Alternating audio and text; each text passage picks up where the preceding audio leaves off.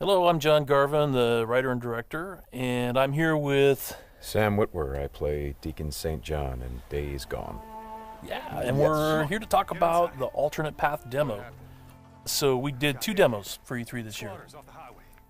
One you guys saw at the media showcase, and this one we showed behind closed doors on the floor at E3. And so for the first time, we're releasing it online so that everybody can kind of take a look at it. And I thought I'd just talk a little bit about, what the differences are, and just kind of just show you what we were trying to accomplish this year.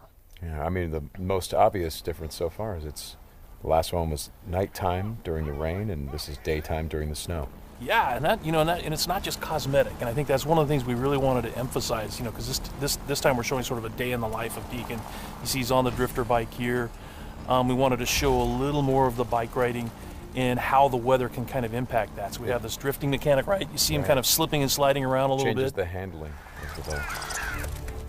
That's really interesting. Now, there were wolves there last time, John, and these wolves would pursue you down this road, and then Deacon had to turn his back, shoot a wolf, and he got clotheslined right up there, didn't he? Yeah, exactly. So this time you see that he wasn't being chased by the wolves. That's a dynamic event that can that can happen or not. It just depends on when you're playing the game. Interesting. And this time Deacon saw the ambush and he was able to avoid it. So he kind of comes up and around and behind them. So does weather impacts whether these creatures show up or not in daytime, nighttime, all that stuff? Yeah, absolutely. So especially the freakers, they come out, they're mostly nocturnal, but they will come out as the weather gets colder. They become stronger in the cold.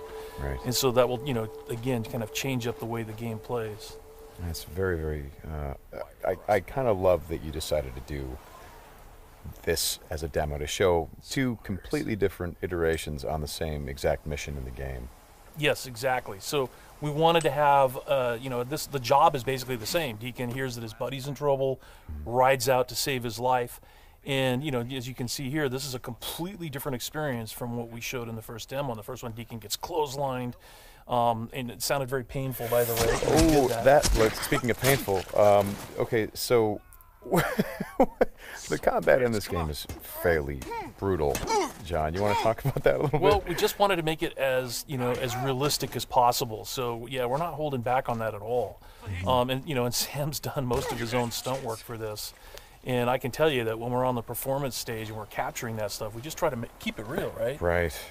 Well, right. There was sort of a decision made at some point. I've been on the project for 2 or 3 years now. Yeah, I think 3 years. And so early on, I think there was a more, what were we?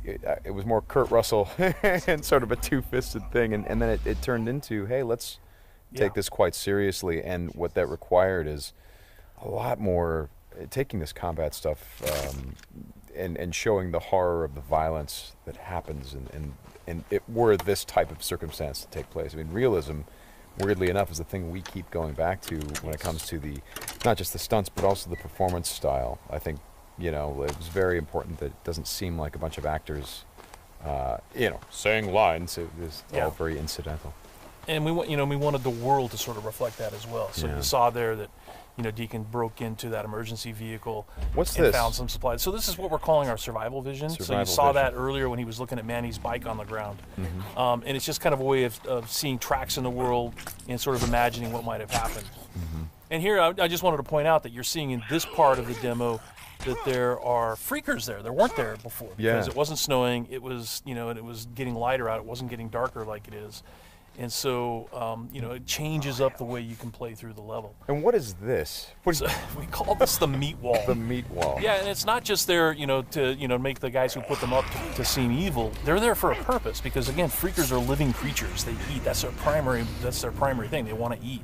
And so you hang these dead freakers up, and and any freaker, rather than coming into their camp like you see here, they would actually stop and snack. Yeah, exactly. Yeah.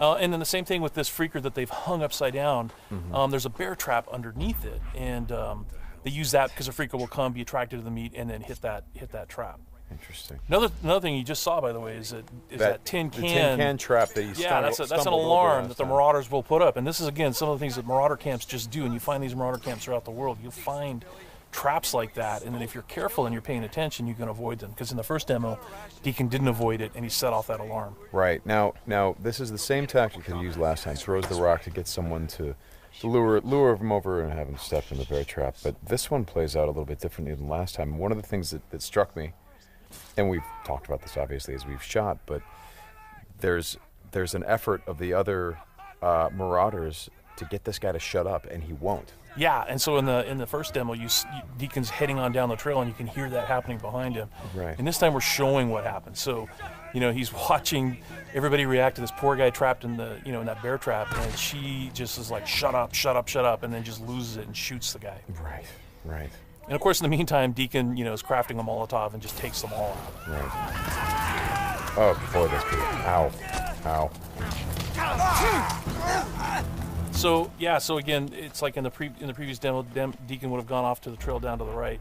This time he's going to head this way. He follows the tracks, and comes under a sniper attack. Now let me ask you something about the survival. Okay, there's a sniper attack coming, but the survival vision is, if you don't say upgrade your survival vision, can you miss clues? I mean, are there things that you would get if you upgraded your survival vision that would help you complete the mission better? Exactly, and you have to, we have a whole skill tree, and it's all tied to the experience that you can earn as you're just playing through the game, and then you can upgrade those things. What's happening here? We got a freaker tied to a tree. Yeah, so this is another type of trap that Marauders will set. They will set, they will basically chain freakers to the perimeter of their camps, and they use them as kind of an alarm system. And then that, you saw that Marauder there, he was just tormenting the poor freaker, and then so Deacon kind of takes advantage of that. Well, and you think for a moment that Deacon is the guy, he's sort of helping the freaker by, getting the guy that taunted him. Is like, no, and then he's going to take the freaker out right afterward. Exactly. And this is a bit of silent sniping using the crossbow. Yeah, so this whole sequence at the end plays out very differently. In the first demo, you saw Deacon use a swarm. He weaponized a swarm, lured them into the camp, and then they kind of did the work for him. There's no swarm in this run-through. Right. So the player really has to go in and use what we're calling our strategic sandbox combat, and that's just, stealth mechanics and setting and using traps, whole arsenal of weapons. You see there's a variety of weapons that Deacon's going to use through this, including the crossbow. He crafts his own bolts.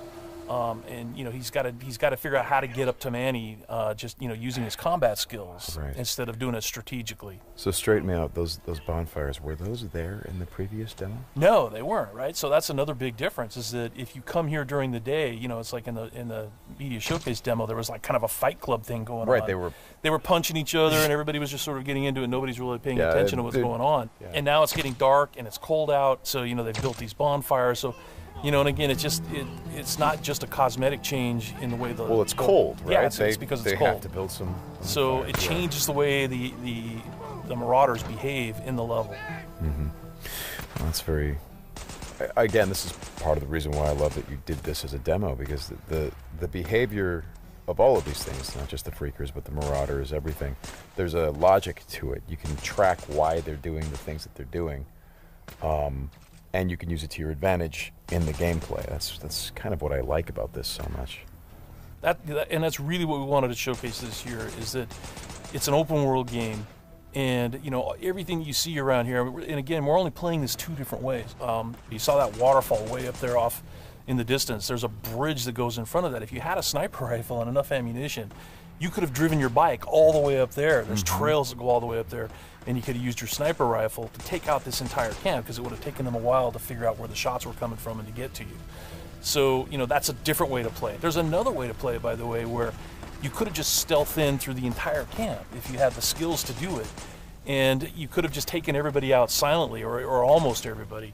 And then you could have gotten up to where Manny's being held using a different route, and just stealth killed that guy. There's no reason that you have to come in and run and gun it like Deacon is doing here. Hey, how scarce is ammunition? Because I see him switching from a bunch of weapons, and when we saw this demo, when I came in Saudi 83, one of the things that I really enjoyed was I was sitting next to you, and the driver was playing the game, and at some point I saw you shift in your chair and you leaned forward, and I heard you say, "Oh man, uh-oh." And I'm like, whoa, what's going on? He's like, he's going to get killed. I'm like, whoa, oh. And I leaned forward. I was like, oh, I guess there's some real danger. And one of the things was that he was running out of ammunition. And he was trying to go pick up ammo from the dead he was looking for Marauders. Ammo, yeah. But but he was under fire. So when we were at E3, we had a whole team with us, and everybody played it slightly differently. So it just shows you that it's not scripted at all. Yeah. And then this Rager bear. Oh yeah, boy. The infected bear. The infected bear. That's, yeah. That's not what you want to see. Well, we thought that would be a good way to end the demo, is to show that it's just one, for Deacon's life. It's just one darn thing after another. Yeah. Right? You're going to save your buddy. You get clotheslined, you get attacked by wolves, or you think you're finally done. You rescued you've gone through all this stuff, and then suddenly, Rager bear. Right. Well, as you've said to me, it's not just about exploring an open world, as it is the open world coming after you, the open world seeking you out, trying to... Yeah, exactly. That's our tagline. In Days Gone, you don't have to go seeking out trouble. The world comes for you. Trouble's looking for you. All right, Sam, thanks a lot. Thanks, John. It's been fun. And I hope you guys enjoy the demo, and we'll talk more about it soon.